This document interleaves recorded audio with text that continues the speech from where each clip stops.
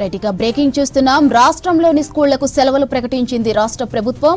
ఈ నెల 10వ తేదీ నుంచి 16 వరకు సంక్రాంతి హాలిడేస్ ఉంటాయని తెలిపారు అధికారులు.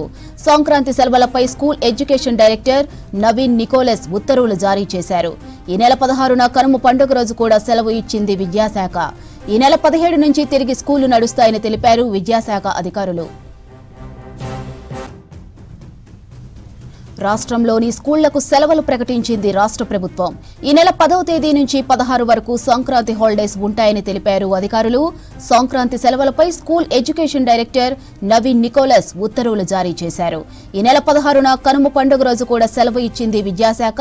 ఈ నెల 17 నుంచి తిరిగి స్కూళ్లు నడుస్తాయని తెలిపారు విద్యాశాఖ అధికారులు.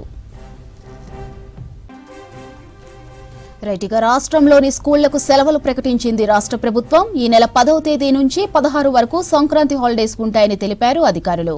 సంక్రాంతి సెలవులపై school education director Naveen Nicholas ఉత్తర్వులు జారీ చేశారు. ఈ నెల 16న కనుమ పండుగ రోజు కూడా సెలవు ఇచ్చింది విద్యాశాఖ.